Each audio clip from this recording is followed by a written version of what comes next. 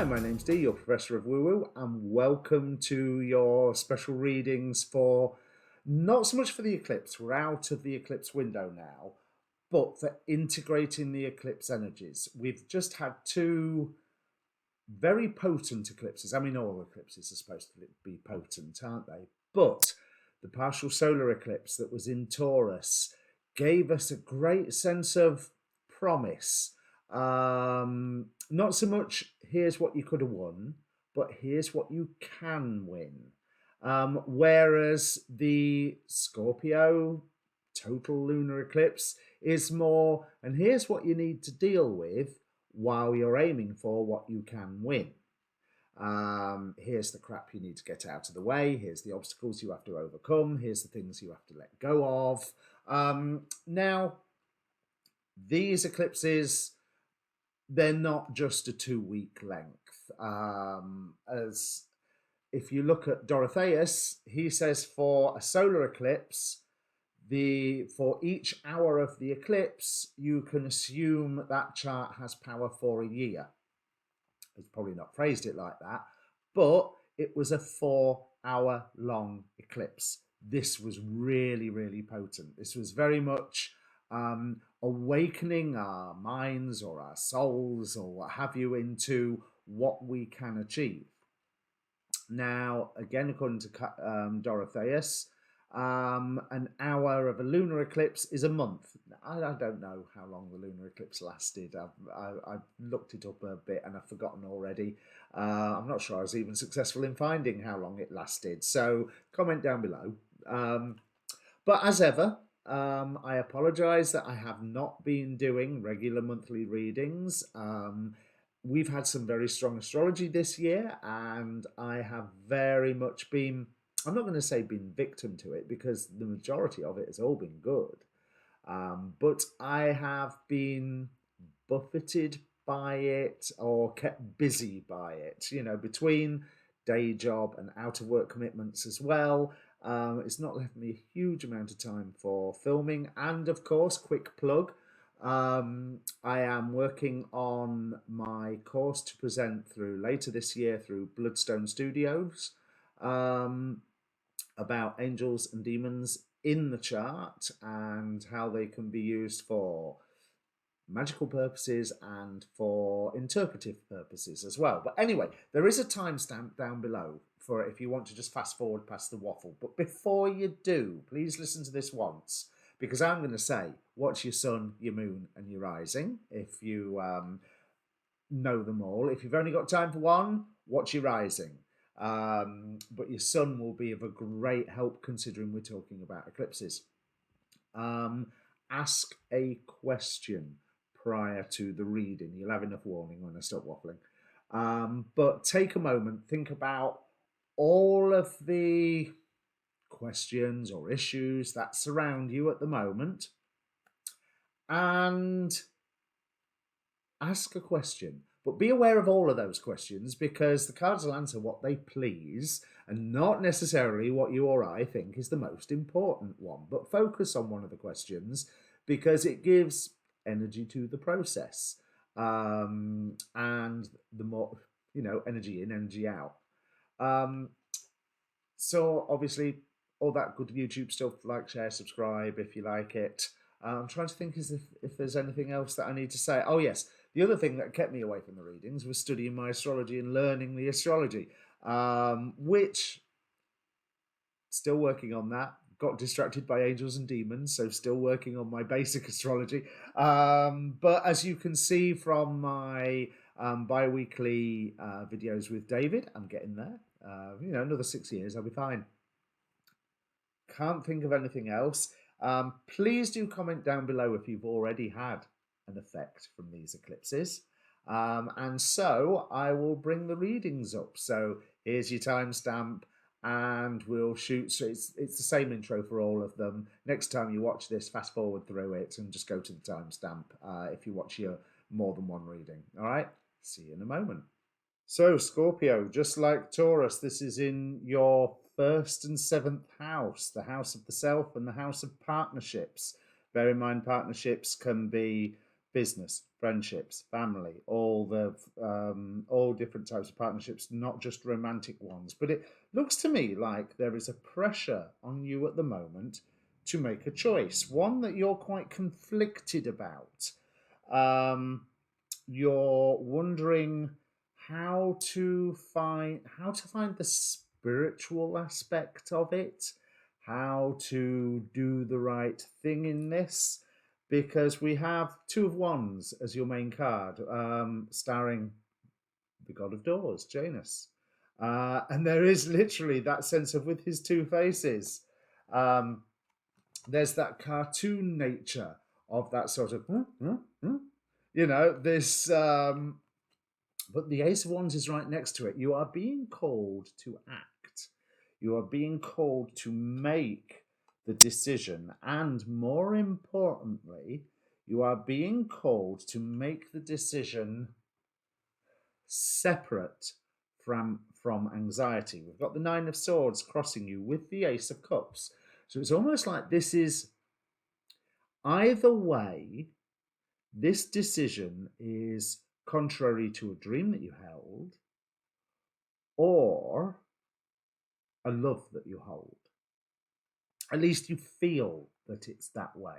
Now, I am tempted to say that that's not entirely true, or there's a third option that you are unaware of.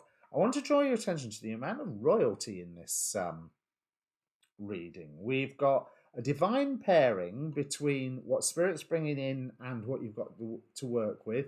Queen of Cups, King of Cups. So there's an emotional resolution coming.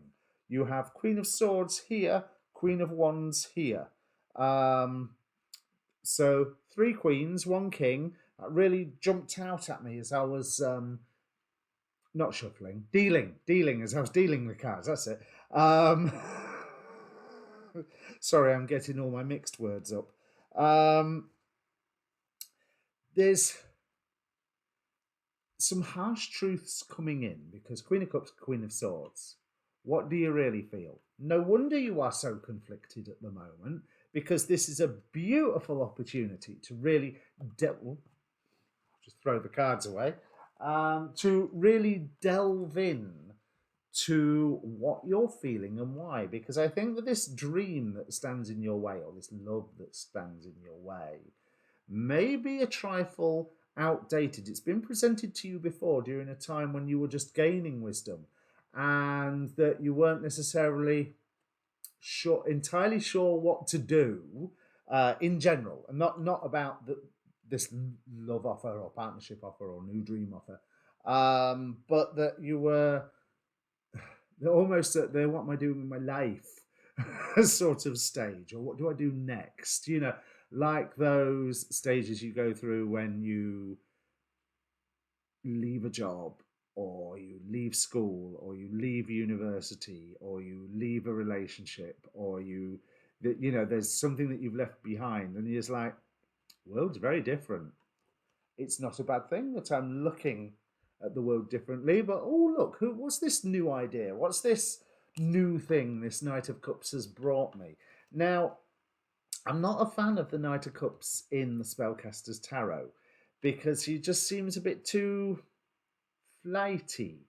The Rider-Waite Knight of Cups, he's on a solid horse, he's in a desert, approaching the water. He could get off and start farming if he wanted to. He's got the water. He can turn the desert green. Whereas this one, slippery. How are you going to catch a guy riding a fish? There's... But now, if there is an issue there, it's come to the forefront. Now, bear in mind, that's not necessarily a love offer. It could have been a job offer. It could have been a friendship. It could have been a business partnership. It could have been any form of partnership that you care to mention, but it had a dream attached to it. It had a goal, a plan. And I think it's maybe reached the point where this dream or goal or plan is creating way too much anxiety, and it might be time to give it up. Or at the very best, refine it to a way where you're feeling more comfortable with it, more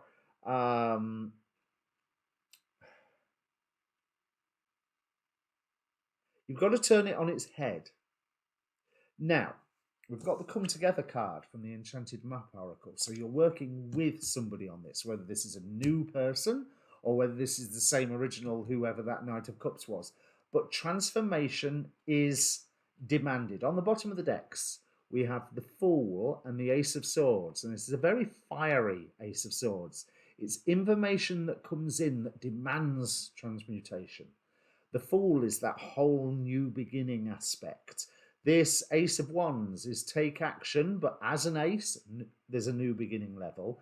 And interestingly, Brith here representing transformation, which is really interesting when we're talking about all these dreams, because we have Remiel, the Angel of Visions. So there's a new vision coming in for you that you need to be open to. And I want to say that it's something that's going to come in that you need to be receptive to, because we have the thinking woman. So I'm thinking of the thinking woman invites you to a higher level of knowledge, of understanding, of spiritual attainment. It can be a female actually giving you the right advice. But when I looked at it, it didn't feel like another person. It felt like a mode of thinking, a receptive mode of thinking, a way of taking these ideas on board. Because there's people bringing information to you, but there's also people turning around saying, let's keep things the same. Let's make things how they used to be. Now, if making things how they used to be is what you're wanting, that's okay. Just bear in mind that they're not going to be how they used to be. They will be a new version, but you may be able to take all the positive qualities of what was before and recreate that. That's fine, but it's going to be in a new incarnation. But it's definitely on the back of some form of harsh truth that you go, you know what? Where we are with our current dream, which is nowhere because it's gone kaput, it doesn't work. It's causing more stress and causing more pain and heartache than it needs to. Let's have a better dream. Let's upgrade. And this King of Cups, Queen of Wands is telling me that you are going to find that emotional, do you know what? I'm okay with going in this direction yet. You're not there yet, according to this. There is a hint with that Ace of Wands there to say, take action. Some action is better than no action. The wrong action is better than no action. Because if you do the wrong action, then it will soon come apparent, it'll soon be really obvious, and then you can go off and do the right action instead. Which will bring which is going to take you to a better place where you need to recognize your talents and possibly the talents of one other, because like I say, there is that whole first, seventh house thing going on. But I'm not seeing a love partner here. But there is the implied existence of other parties. Three of Pentacles can also be, as well as there's on this particular Three of Pentacles, there's a teacher and two students. But there's that element of learning, but it's also an element of teamwork. Everybody has a different job to play. If you think about the Rider-Waite Three of Pentacles, there is forward motion with the fact that it's a three. Threes start moving. And there's that come together card, which again implies there's somebody else there. But you have to get into that receptive state of mind for the thinking woman processes to start working. Because the first Angelarium card that came through was Da'at, representing the void in the center of the tree of life, the emptiness. That I want to use the term pregnant void. where there's that moment of stillness with all these forces whipping around it, but there is this moment of stillness from which you are able to observe, and observe as in be receptive, um, which will create this transformation, this fall. Because at the end of it, I think you are going to find that there is something that you agree to, Four of Wands, where you are capable for a personal rebirth, standing on your own 2 feet, Nine of Pentacles. So that might be an important thing, because it's irrelevant that you're working with somebody else with this card, which is true when you're in any team, because if you're not pulling your weight, the team will suffer. And the only person that can pull your weight is you. So you have to be okay to fulfill your role within the team. And this Nine of Pentacles tells me that you'll get to that point of you being okay.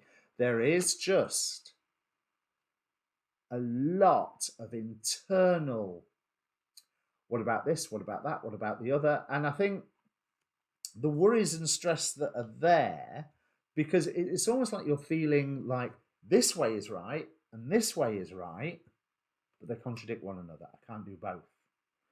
And you're right, you can't. You're gonna have to put your money down on one or the other, but there's no hurry for that.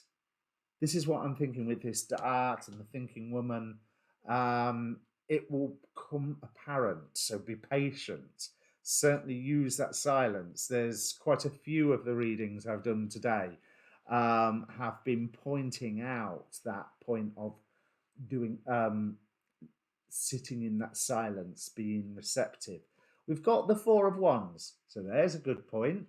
There's a marriage card there, but it's also an agreement. It's also a foundation, and I like to think it's a, if you think it's a Four of Fire, so it's a foundation for action. It's not a foundation for a static thing. It's a foundation for a dynamic thing, something that moves, something that breathes, something that will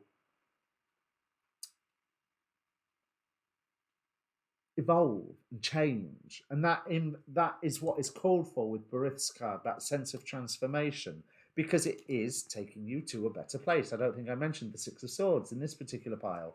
You're heading out into a better place. You've just got to go through this head mess in the meantime, and don't shy away from the head mess. Dive straight into it. I mean, come on, Scorpio, this is what you're good at anyway.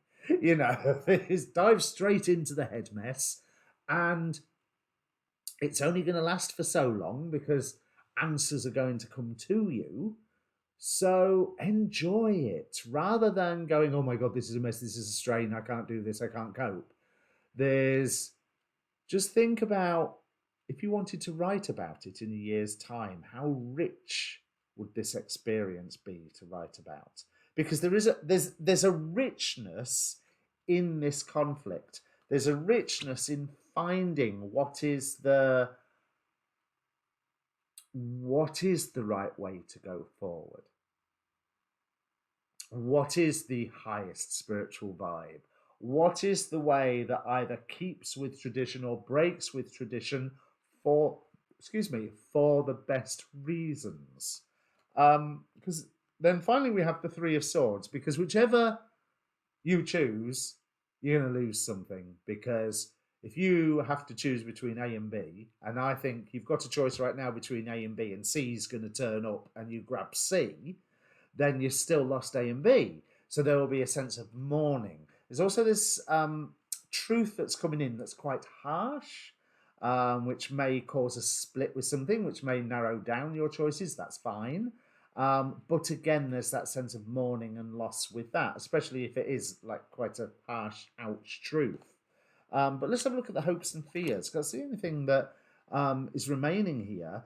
Four of Coins, King of Wands. Oh, now that's really interesting, because you don't want to be in an area where you're just protecting what you got, and you're right. This is a time that demands transformation. And, you know, I rather feel that just because you can't see it yet, that is something to be scared of. or you find it something to be scared of. Let's put it that way. I don't think it is something to be scared of, but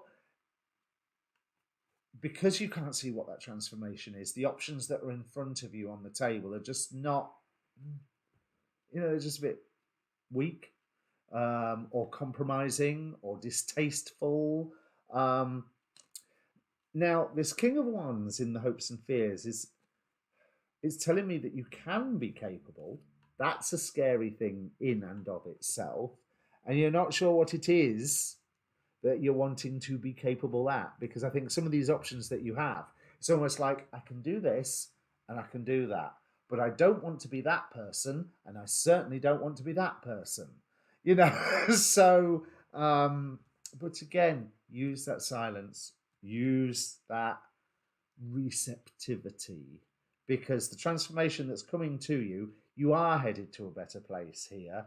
So this conflict is so worth it. Dive in and enjoy yourself. And there's nothing else here that I can actually tell you out of all of these cards. So there's not a lot to put your mind at rest. But yeah, you're going to go through it. And you know what? That's wonderful. It really is wonderful, because you are taking the time and the care and the concentration to go through it. No, it's not just being handed on a plate for you, because this Nine of Pentacles, this is coming from you.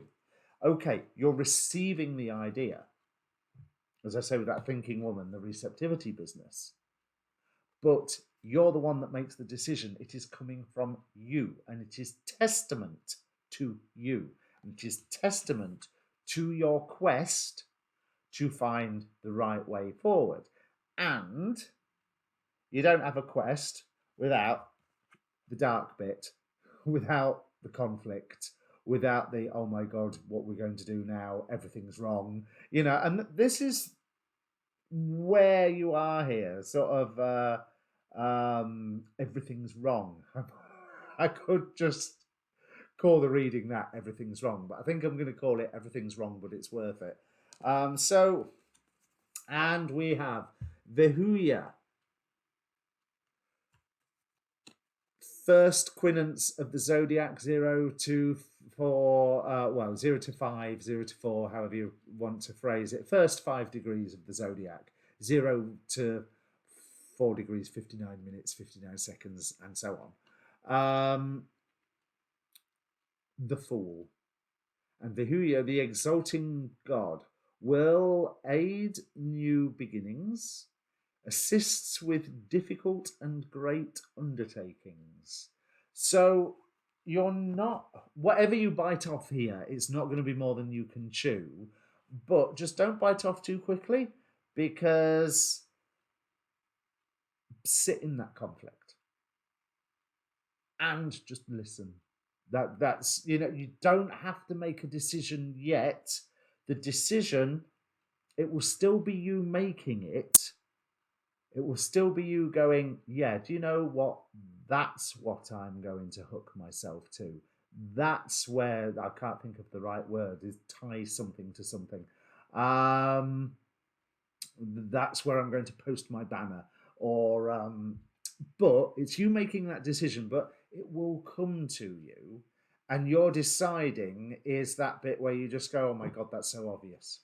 Absolutely, I'm going to do that. So whether you say that is an active decision process of yours or not, I would say it is. I would say it's still you that consents to doing the thing, whatever it is. Yeah, enjoy this time of conflict, because there is teamwork coming. There is coming together coming. There is transformation, evolution. There is a new vision. There is getting rid of this old dream that's, it's like a clapped out old banger. Like we're in 2020 and you've got this car from the 1950s that barely moves and guzzles gas and pollutes the world. Get a new one. Yeah, I could call the reading that as well. Get a new one. But no, I won't. Everything's wrong and it's worth it. So bear in mind, Scorpio, these tarot readings, they're just guidance. And the actual guidance with the YouTube tarot reading is not what I am saying. It's what your emotions say when you are listening to the words that I'm saying. That's where you will find the guidance. So you can take it, you can leave it, but do it on the basis of what your own senses tell you. So, end of the reading. If it means anything to you, comment down below, like, share, subscribe, all that good YouTube stuff, and go watch your Moon and Rising now. Cheers.